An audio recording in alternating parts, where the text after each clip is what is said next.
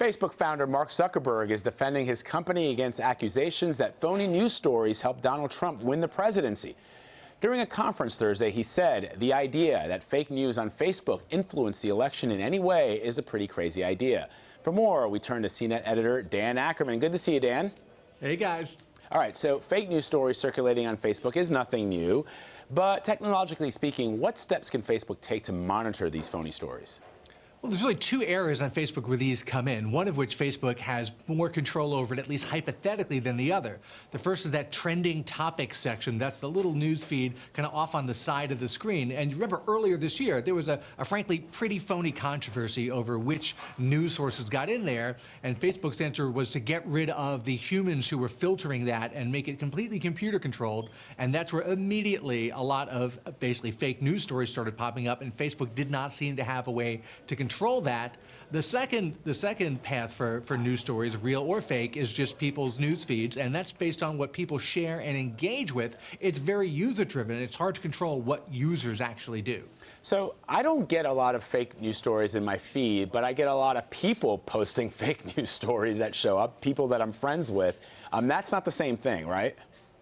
Well, that is, I think, half of the equation right there, because someone posts a news source and the Facebook algorithm that shares things with you from your friends says, oh, what did people engage with? What did they like? It doesn't make a value judgment as to whether it's from a legit news source or a phony one like The Onion, or that knows it's phony, or a phony one that doesn't admit it's phony. Just if people liked it and they engage with it, it shows it to you, and that starts this sort of cycle. And it's tough to get in front of that without human interaction to kind of add points or take away points from inauthentic news sites. So Zuckerberg says it's crazy to say that fake stories influence voters, but there's this recent Pew study that revealed 20% of internet users say they have modified stances on certain political or social issues based on something they saw on social media.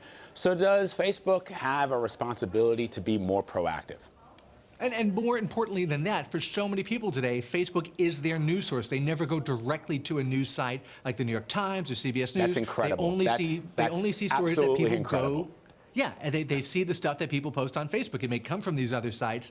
The paradox for Facebook and Zuckerberg is this. They want to claim very loudly that Facebook is very influential when it comes to you choosing what car you're going to buy, what phone you're going to buy, what movie you're going to go see. And then they want to say they're not really influential when it comes to these news stories affecting people's election choices. So is there any way of knowing if these fake stories unfairly influence voters, or are these just anti-Trump people looking for somebody to blame? You know, I think you can't really trust the polling on this, as we found out. You can't trust polling on anything. But if people are stuck in that cycle and they see the same stuff repeated over and over again, you know, Twitter has the same problem. It's become an echo chamber of people sort of repeating the same claims. They always say if you hear something often enough, it sounds like the truth to you. Man, scary. Dan Ackerman, as always, thank you very much. Thank you, guys.